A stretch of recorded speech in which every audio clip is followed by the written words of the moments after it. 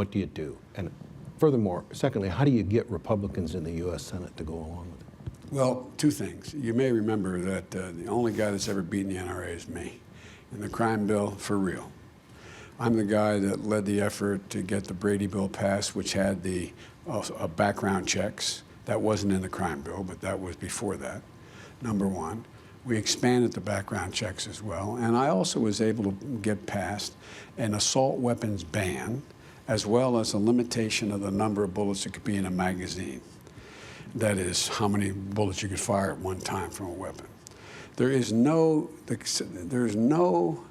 threat to the Second Amendment by telling people there are certain weapons they cannot own.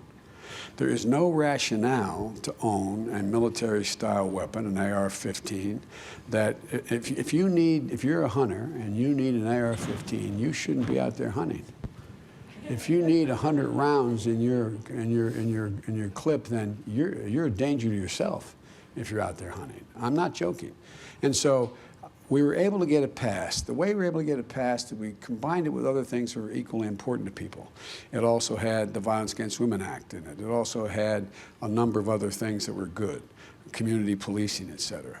So I think there are two things. One, I met with each of the almost every single victim of what happened up at Sandy Hook and down in Florida, as well as the Pulse nightclub and so on.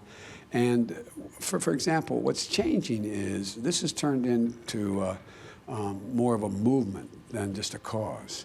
And what's changing is the American people are now in a position where there's overwhelming support for eliminating these assault-style weapons and limiting the number of bullets in a clip. The only person who is still in the pocket of the NRA fully is the president.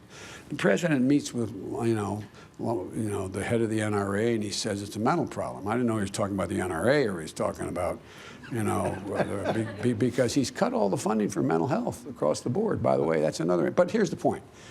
I think that if you take a look at what's happening, when those students from Parkland, I met with them, I was no longer vice president, but I met with them in the Capitol in '18.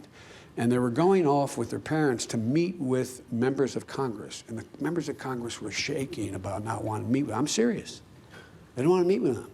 So what we have to do is we have to take it directly to the members of Congress. Go at them. And there's an attitude change across the country, including NRA members.